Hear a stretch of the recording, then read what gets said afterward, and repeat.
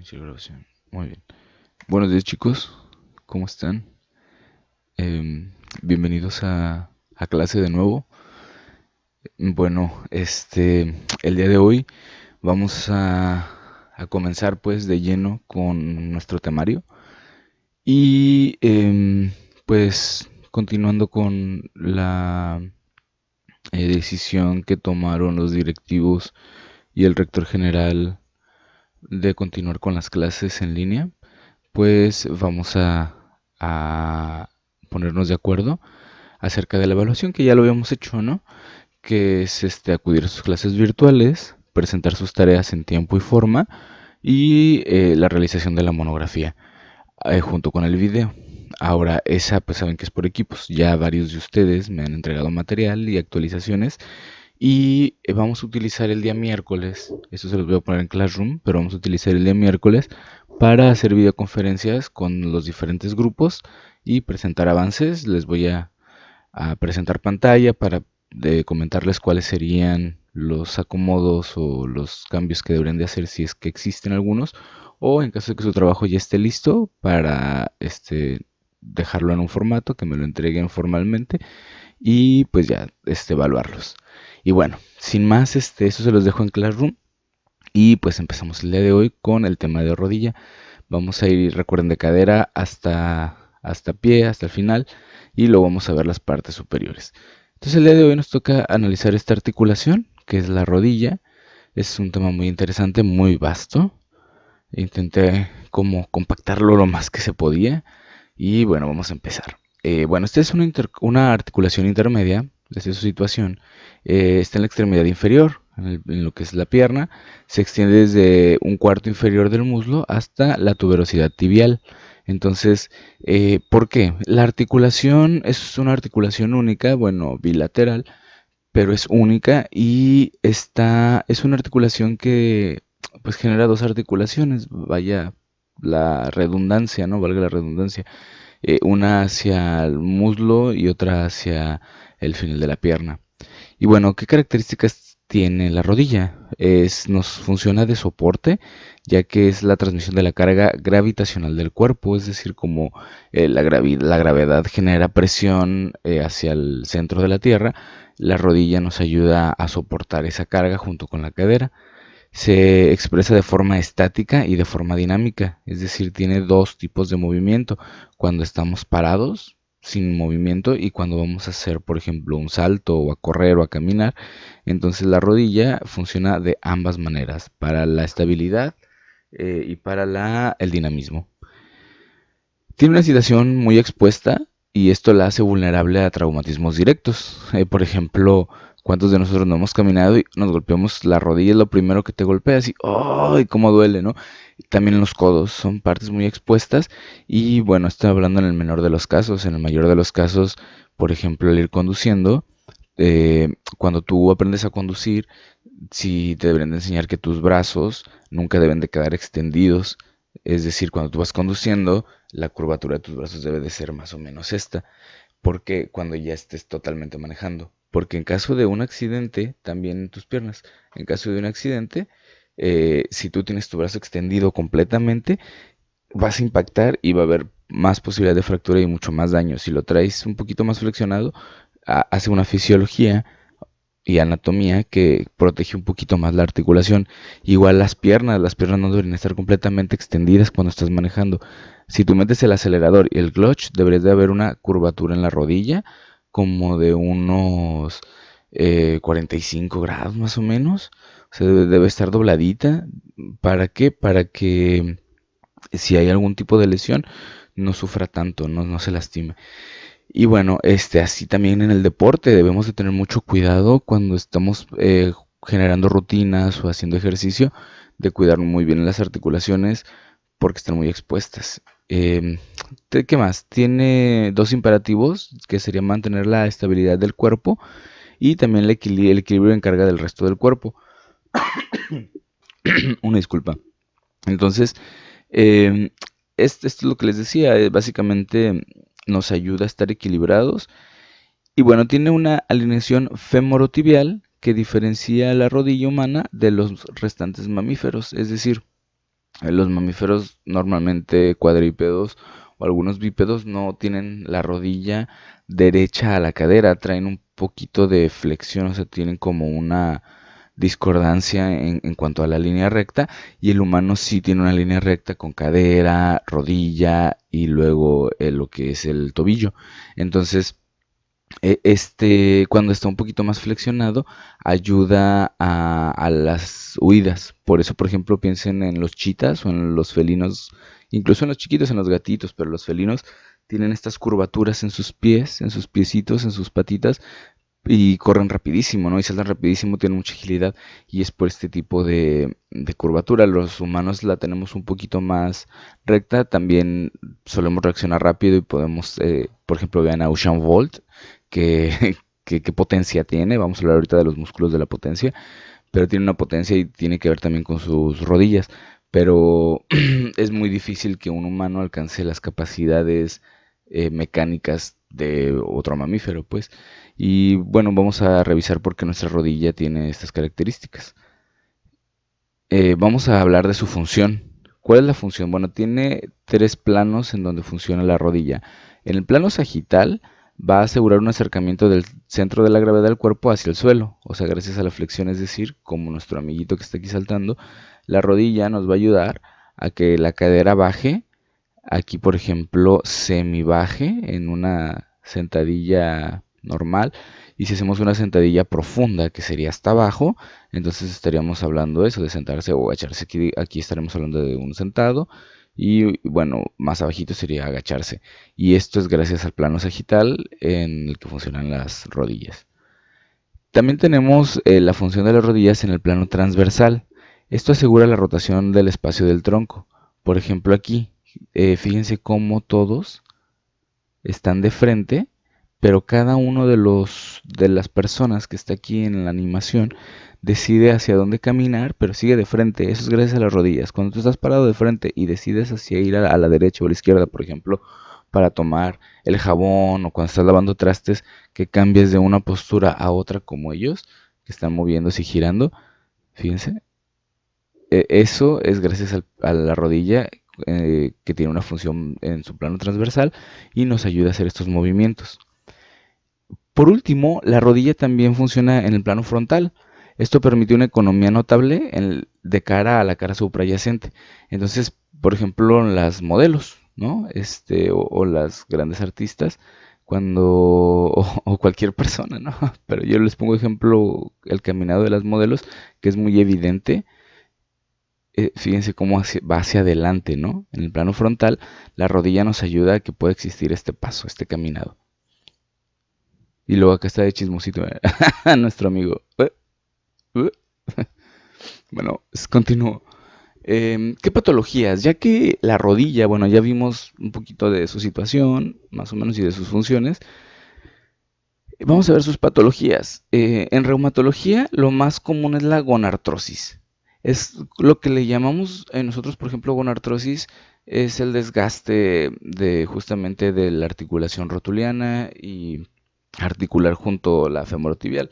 Entonces, eh, en las personas mayores de la tercera edad, pues ellos padecen mucho de dolor articular, ya que es una articulación de sustentación, o sea, sustenta todo el cuerpo, sustenta todo el peso, el caminado, los ejercicios que hacemos diariamente. Por tanto, la rodilla se puede desgastar en exceso y genera gonartrosis. Es común que las personas de la tercera edad tengan gonartrosis, ya que han pasado mucho tiempo de su vida utilizando la articulación y a lo mejor utilizándola mal, ¿no? Por ejemplo, en los cargados o utilizándola en exceso. Hay gente que hace ejercicio y que no tiene medida, es decir, creen que la excesiva carga de ejercicio les va a ayudar a cumplir sus metas, y ustedes pues son los expertos y saben que no es así.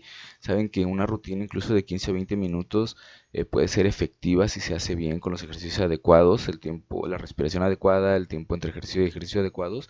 Hay entrenamientos que pueden ser así, hay entrenamientos que son de 5 horas fraccionados en el día, pero bueno, todo depende de la persona, su bioquímica y sus objetivos.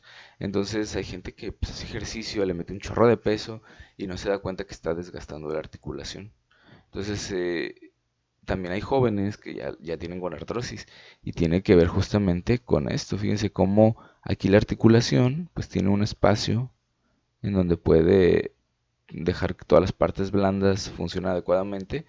Y aquí fíjense cómo hay un pinzamiento y hay un desgaste tal de la articulación que ya está chocando hueso contra hueso y hay un pinzamiento de la interlínea.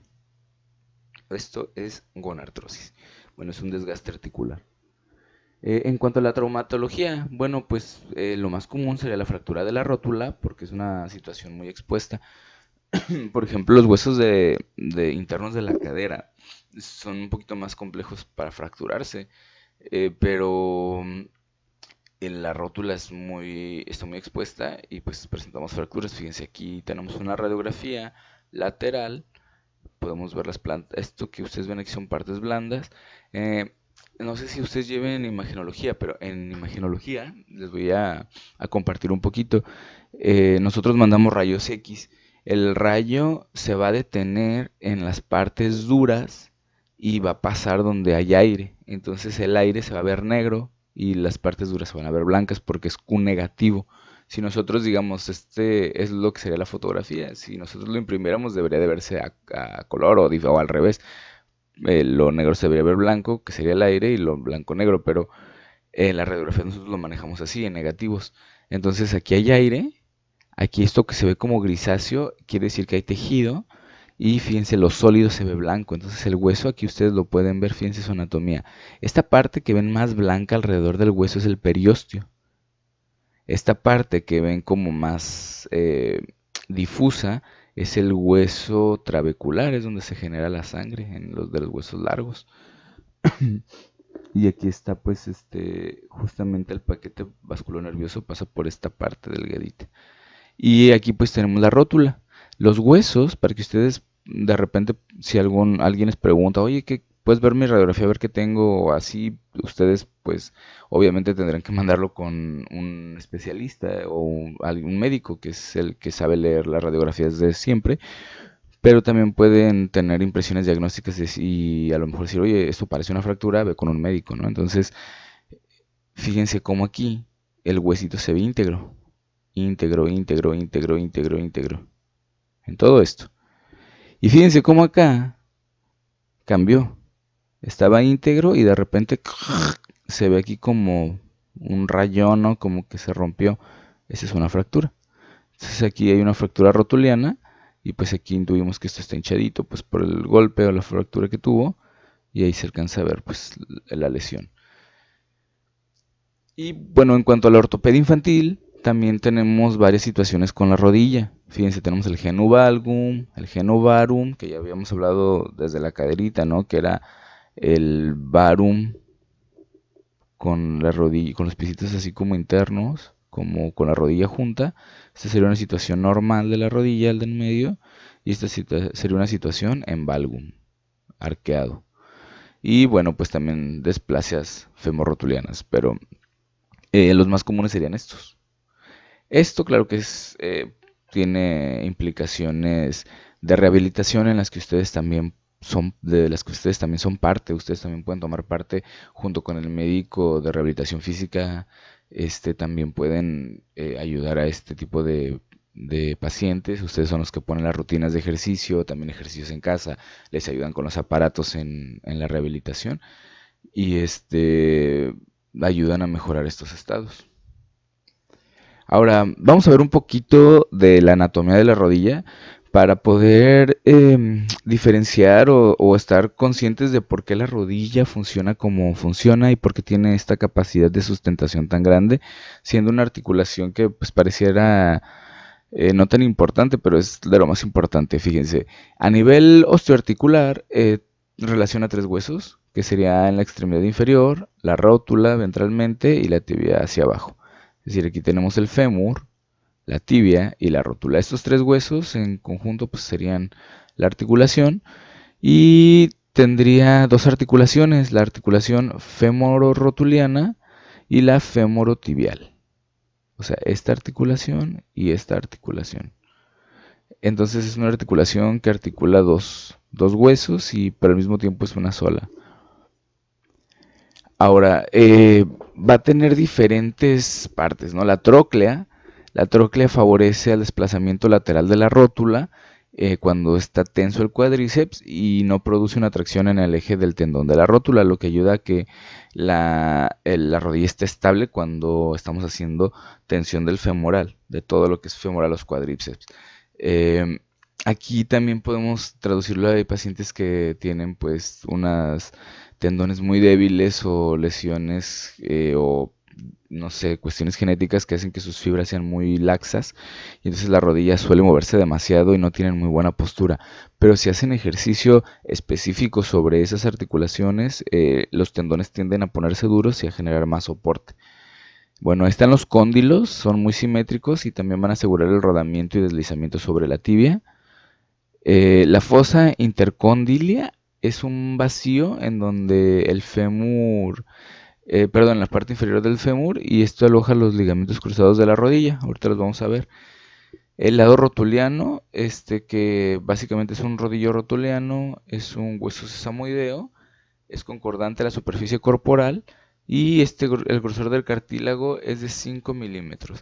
Este es el cartílago más grueso que tenemos en el cuerpo humano, de 5 milímetros porque tiene mucho desgaste, o sea, porque tiene mucha fuerza en su vida, tiene mucha carga de estabilidad y de fuerza y de sustentación. Entonces el cuerpo lo hace más gordo para que soporte más. Pero si nosotros aparte aumentamos de peso, estamos en obesidad, pues vamos a aumentarle la carga. Y es el caso de la mayoría de las personas en México y en todo el mundo. La obesidad es un gran problema que nos lleva a muchos problemas, ¿no? Pero la aumenta 6 veces el riesgo de padecer enfermedades crónico-degenerativas como diabetes e hipertensión, cáncer. Pero más allá de eso, también físicamente genera peso en las articulaciones y desgaste articular, lo que va a llevar a una gonartrosis más próxima. Por eso las personas con obesidad no pueden pararse fácilmente, les cuesta hasta respirar porque incluso las costillas están articuladas a la columna y al esternón y también tienen semi-movimiento. Entonces, si está tan presionado por tanta masa grasa, no va a poder respirar ni siquiera bien el paciente. Por eso no pueden acostarse los pacientes obesos porque la misma grasa presiona tanto la articulación que no deja que funcione y los pulmones dejan de respirar. Entonces el paciente se asfixia. Por eso es que su licenciatura bueno, es una de las más importantes en cuanto al área de la salud estemos hablando, ya que los médicos tratamos las patologías, intentamos prevenir y en la salud pública, en la epidemiología, pues por ejemplo todo lo que está pasando, tratamos de contener, pero ustedes son los que y también recomendamos el ejercicio, es lo que más recomendamos, ejercicio y buena dieta. ¿Y quiénes son los que son responsables del ejercicio? Pues ustedes y los de la dieta, los nutriólogos. Entonces, aquí es un trabajo en conjunto, nadie es más importante. Todos somos licenciados y debemos de trabajar a la par. Entonces, chéquenlo bien, chavos. Bueno, vamos a seguirle. A nivel cápsulo ligamentoso, es muy importante la rodilla, ya que su conjunto fibro-cápsulo ligamentoso forma el primer nivel de sustentación. Es decir, gracias a las fibras, a las cápsulas que vamos a ver ahorita, y a los ligamentos cruzados, se puede sustentar el estar de pie o el flexionar. Fíjense cómo puede sustentar la rodilla aquí. Esta no la está doblando, no está haciendo flexión. Se está en extensión. Y ahorita vamos a ver esto que tiene que ver gracias a la cápsula. Es la única para dos articulaciones, para la femorrotuliana y la femorotibial. Y la zona meniscal está disociada en un sector supra e inframeniscal, arriba y abajo. La parte posterior de la rodilla tiene mucho refuerzo por dos porciones de la cápsula muy espesas para que no haya hiperextensión. Es decir, nosotros podemos flexionar hasta lo máximo, ¿no? Incluso podemos llevar el taloncito hasta el glúteo, hasta las nalgas, pero no podemos extender más de esto. Si nosotros extendiéramos un poquito más, ya habría una fractura. Entonces, esto es para asegurar la estabilidad del cuerpo cuando estamos parados, para que no nos vayamos hacia adelante también. Entonces, hasta ahí es el movimiento. Si hay más movimiento o menos movimiento, estamos hablando de una patología. Bueno, fíjense, la posición de mayor contención La cápsula ofrece una mejor contención en posición intermedia, entre 30 y 60 grados es como debería estar la rodilla para poder contener mejor. De esta forma, un derrame sinovial va a obligar a la rodilla a pasar a una situación de menor tensión. O sea, fíjense cómo esta rodilla que no tiene derrame sinovial, el derrame sinovial es cuando de la articulación el líquido sinovial se escapa hacia el tercer espacio y pues hay un edema. Esto no requiere un tratamiento específico, muchas veces una rodillera, un vendaje o simplemente dejar que se absorba y en una semana estará reabsorbido, nada más hay que tener vigilancia, a ver por qué, hay que tener un seguimiento de por qué se extravasó ese líquido, pero pues de ahí en más, hay muchos espontáneos.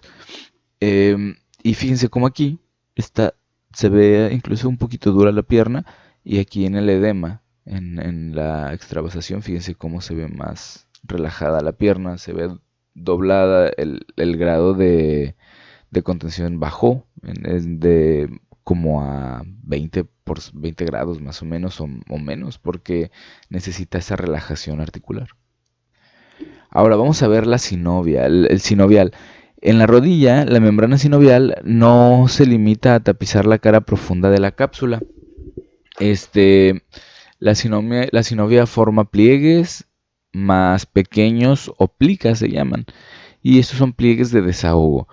La, la parte posterior pues puede presentar quistes sinoviales. Ahora, quisiera hablarles de la sinovia. ¿Qué es la sinovia? Básicamente es el líquido articular. Fíjense, aquí tenemos la articulación y esto solito representaría la sinovia, que es lo que muchas veces se puede generar un quiste. Bueno, la sinovia es una parte en el hueco popliteo de la pierna, en la parte posterior, aquí está, y aquí es donde nosotros drenamos también el drenaje linfático.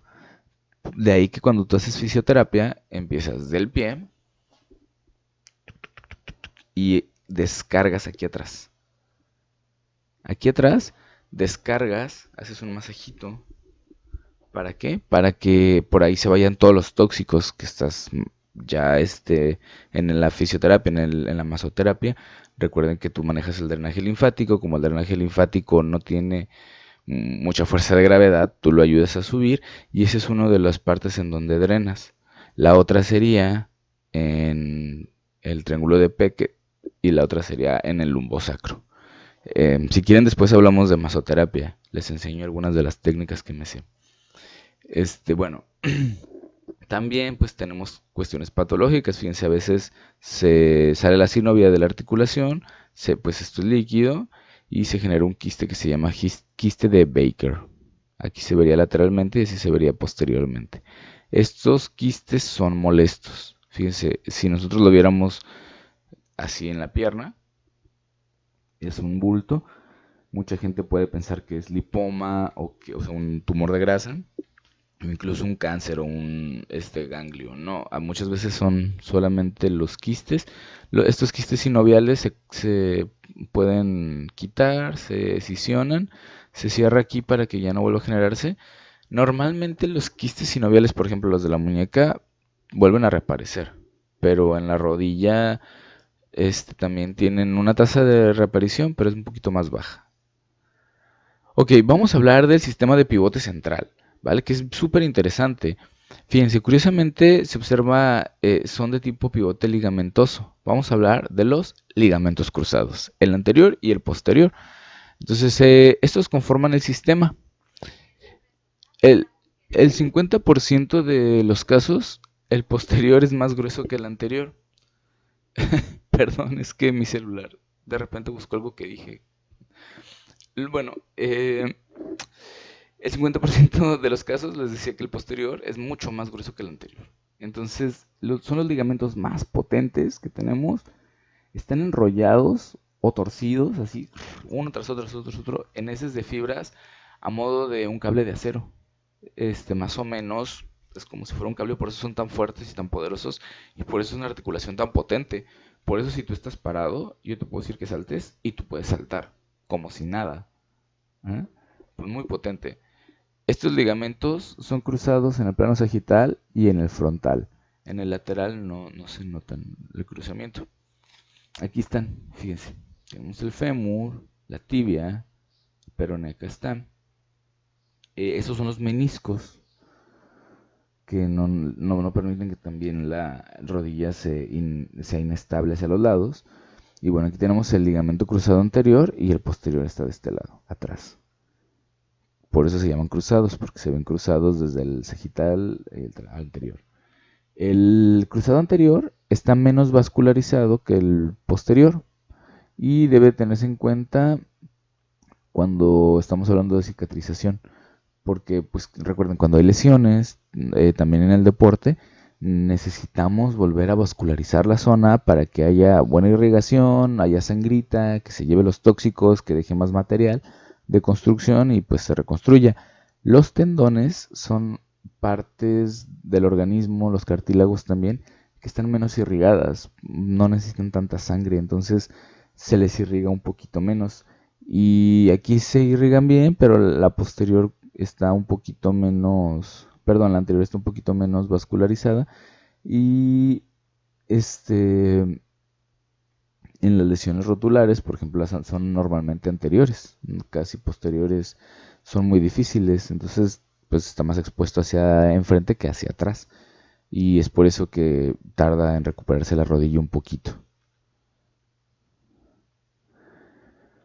Bueno, aquí les pongo una imagen de lo mismo, de los ligamentos cruzados en funcionamiento. Aquí hay una flexión de la rótula, de la rodilla, perdón, la rótula sube y fíjense cómo, esto es el cartílago, y fíjense cómo se estira el ligamento cruzado anterior para poder generar la flexión y el posterior se encoge, hacen un juego cruzado.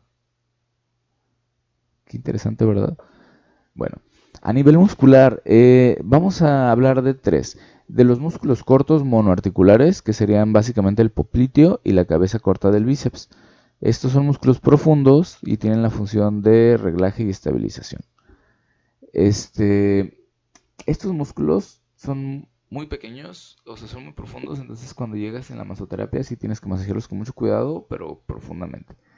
Los largos, que serían poliarticulares, serían el sartorio semitendinoso y el grácil por dentro, y el tracto iliotibial y la cabeza larga del bíceps por fuera. Su función es estabilizadora y equilibradora. Esto hacen los músculos largos. Recuerden que tenemos dos tipos de estabilización. Ya vimos ahorita la ligamentosa, cápsula ligamentosa, y ahora estamos viendo la muscular. Y tenemos después los músculos de potencia. Como la rodilla está dominada por la lucha contra la gravedad, cuando están en flexión, perdón, el cuádriceps tiene la enorme carga de controlar solo concéntricamente la extensión, sino sobre todo excéntricamente el grado de la flexión. Entonces, por eso tiene que ser muy potente, porque va a saltar, va a correr. Si ustedes recuerdan el sistema de huida en fisiología, cuando tú vas caminando y de repente vas en la lela y de repente sale un perro y empieza a ladrar, ¿qué pasa con el cuerpo? El cuerpo deja que el sistema simpático lo hace a un lado y el parasimpático actúa. Se cierran esfínteres, se tensan los músculos, el sudor, todo se traba, tu boca se seca y vas a correr. Tu primera reacción se llama reacción de huida. Y así se llama fisiológicamente, reacción de huida. Entonces tu cuerpo se prepara, tensa todos los músculos para correr porque se siente en peligro. Entonces en ese momento tú corres, ¿no? Corres a lo mejor hasta una cuadra o a lo mejor hasta la siguiente casa nada más. Pero corres porque si te sientes atacado y ya después volteas y ves que el perro estaba atado o estaba dentro de un cancel y entonces el músculo y se relaja. Y ahí es cuando también los esfínteres se relajan y es cuando que, ay, me hice del baño porque del susto, ¿no? Normalmente es muy continuo, por eso la gente piensa que se asusta y se hace del baño. No, primero te asustas y cuando te asustas contraes todo, hasta el ano se queda así súper contraído porque no hay tiempo de reacciones fisiológicas si tienes que huir para salvar tu vida. Entonces el cuerpo se prepara para eso y así mismo lo hace con la rodilla. Es un músculo de potencia para correr porque la rodilla pues es lo que nos da la articulación hacia el pie, que es lo que va a dar el paso. Ahí está, por ejemplo, a nivel muscular, es como se compondría la conformación rotuliana. Y fíjense, este, les quería hablar de los tendones, ¿no? Que los tendoncitos, pues son también parte o final de los músculos, donde se inserta el músculo. También la rodilla tiene partes blandas. Las partes blandas, porque es importante verlas, porque muchas veces ustedes van a detectar cuestiones patológicas y también ustedes nos ayudan a los médicos a capturar pacientes que estaban ahí sin diagnóstico. Hay muchos pacientes que ven sus patologías como normal, o sea, antes no las tenían, les empiezan a aparecer y piensan que es normal, aunque nadie más lo tenga. No sé de dónde venga muy bien ese pensamiento, pero bueno, hay veces que los diagnósticos se descubren por otras personas y otros gestores de la salud como ustedes. Entonces, si ustedes de repente ven pues una tumoración o por ejemplo lo que les acabo de decir de la fractura, imagínense que uno de sus amigos está haciendo un ejercicio en el gimnasio que no sé, no lo sabe hacer, le cae una pesa en la rodilla, él piensa que solo le duele por el golpe, pero ya lleva 2 o 3 días así hinchadito y le duele y decide tomarse una radiografía o algo y es tu amigo y de repente dice, oye, ¿me ayudas a leer esto tú que estudiaste cultura física? Seguro sabes, ¿no? De repente te la enseña, te platica y tú ves, no sé, que se golpeó muy fuerte y ves esa lesión, entonces le puedes decir, oye, lo más probable es que traes una fractura, yo lo vi en una clase y y pues ve con un médico porque a lo mejor te tienen que operar. Entonces igual con el quiste, ¿no? Con el quiste de Baker, ustedes pueden también, oye, este es un lipoma, ¿no? A lo mejor es un quiste. Bueno, en partes blandas también vamos a tener diferentes partes. Está el tejido adiposo, si hay grasita. Y bueno, existe una tendencia a la hidrolipodistrofia en la cara medial de algunas mujeres. En los libros a veces le ponen celulitis. No se llama celulitis. La celulitis es una inflamación celular que es quirúrgica. Y es en hombres y en mujeres. Es igual en niños, en adultos. Tiene que ver con otra cosa. La hidrolipodistrofia es lo que la gente le conoce como celulitis.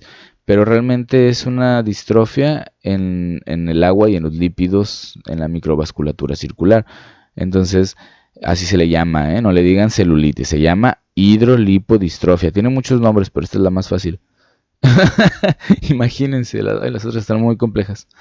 Y bueno, en las mujeres pues hay un poquito más de tejido graso y si las mujeres no están haciendo ejercicio, no se activan todo el tiempo, la microcirculación se enlentece y es cuando aparece este problema.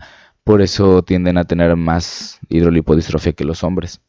Pues los hombres tenemos un poquito más de músculo que grasa, pero también, ¿no? O sea, si el hombre tiende a tener otro tipo de hidrolipodistrofia que puede ser muscular o de obesidad, pero normalmente las mujeres, muchas no tienen obesidad y tienen un poquito de hidrolipodistrofias por su condición lipídica.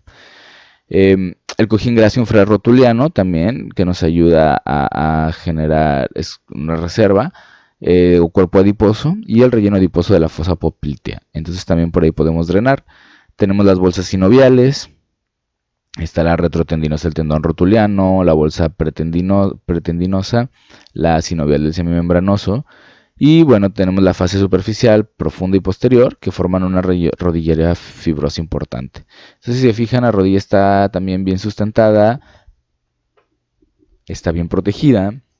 El cuerpo naturalmente planea cuidarla, porque es su medio de movilidad. Planea también darle soporte y darle un poquito de energía, porque pues carga todo lo que hay arriba y aparte lo mueve y aparte genera, junto con los músculos y los demás huesos, genera mucha fuerza de estabilidad.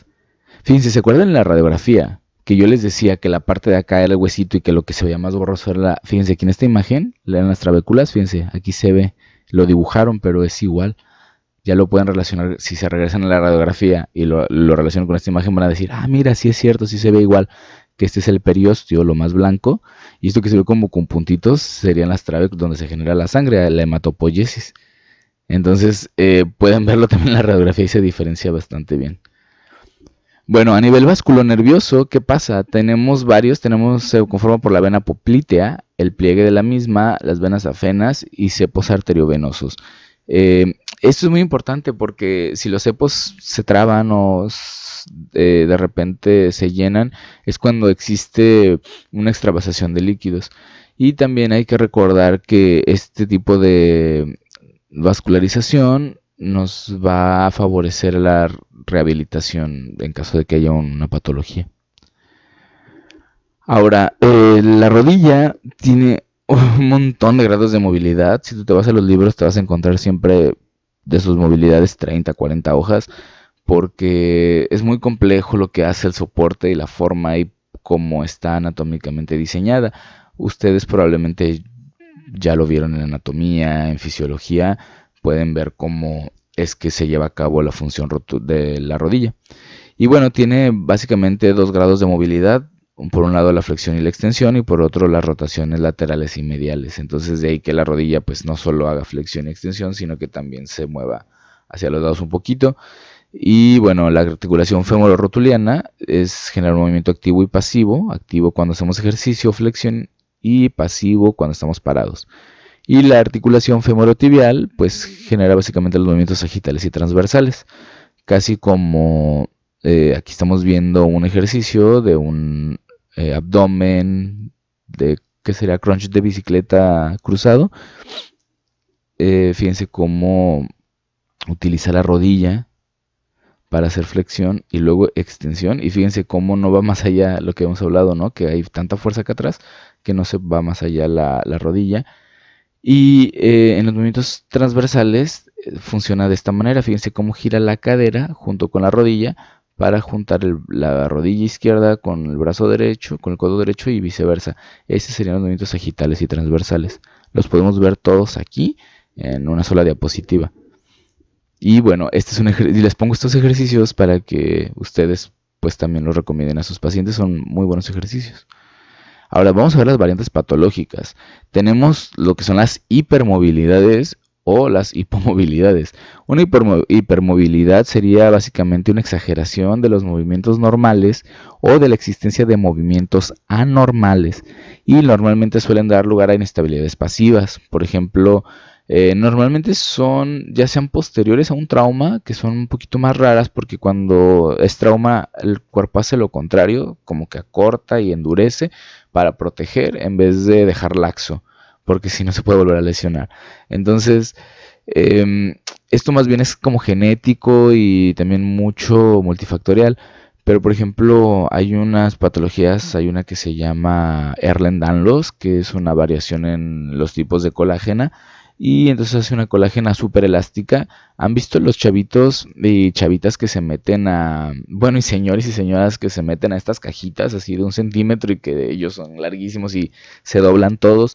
Bueno, este tipo de personajes tienen una patología comúnmente que se llama Ehlers-Danlos y sus fibras son tan elásticas que pueden doblarse tanto que no hay ningún problema. Ya lo habíamos hablado, ¿no? Como la hiperextensión del dedo pulgar y todas esas.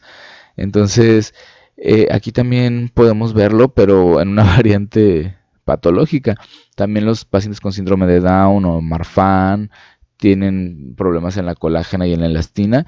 Y fíjense cómo este paciente va a estar estable, ¿no? Aquí podríamos decir que hay una hiperextensión y fíjense el paciente cómo se va hacia adelante. Entonces esto le va a generar una estabilidad al momento de estar parado. No le va a generar mucho más daño articular porque está generando una hiperextensión. Entonces, no sería lo más bonito. Y luego tenemos, perdón, lo que serían las rigideces o hipomovilidades, que sería consecuencia del sufrimiento articular totalmente. Por ejemplo, los viejitos o las personas que utilizan en exceso la articulación. Y una movilización o cualquier lesión, una inmovilización, una fractura, o lo que les decía, el cuerpo lo va a hacer duro y lo va a pegar, o una lesión en la articulación, cualquiera que sea esta. Entonces las rigideces tienen que ver por el uso excesivo o por un traumatismo directo. Y en su rehabilitación, pues habría este proceso de endurecimiento o de hipomovilidad para protegerse. Ahora, la rodilla nos da estabilidad también. Por ejemplo, ¿qué es lo que hace que esta chavita no se caiga de este balón? Es gracias a que tiene una fuerza de estabilidad central gravitacional. Fíjense cómo su desde su tobillo, su cadera, su rodilla, su articulación homoclavicular, también hasta la del cráneo, están en una misma línea y se mueven de ahí, pero pueden regresar gracias a la rodilla genera esta estabilidad.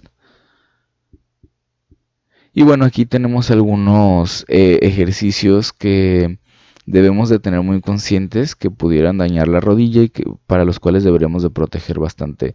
Lo que es gato y vaca en los movimientos funcionales son movimientos que nos ayudan a estirar, pero también se pueden utilizar para fortalecer abdomen y la espalda baja y también la espalda alta, pero pues utilizamos la rodilla bastante y dejamos expuesto mucho la zona rotuliana. Entonces habría que utilizar uno de estos tapetes especiales para yoga o para ejercicio para evitar el impacto tan duro. Es decir, no, muchas veces no vamos a poder evitar que se desgasten las cosas, porque para eso se utilizan, pero podemos evitar que se desgasten rápidamente. Entonces sería proteger nuestra articulación con las medidas adecuadas. Para eso sí usamos los tapetitos, no nada más es para no ensuciarnos o para vernos fancy, es para proteger las articulaciones expuestas. Ahora, fíjense, podemos poner esta clase de ejercicios en donde el paciente utiliza la biomecánica rotuliana, no le esfuerza en exceso y genera muchísimo fuerza desde glúteo, femorales, isquiotibiales y luego todos los de la pantorrilla, los del talón y del tobillo, incluso hasta el abdomen, ¿no? Se ve implicado en este movimiento.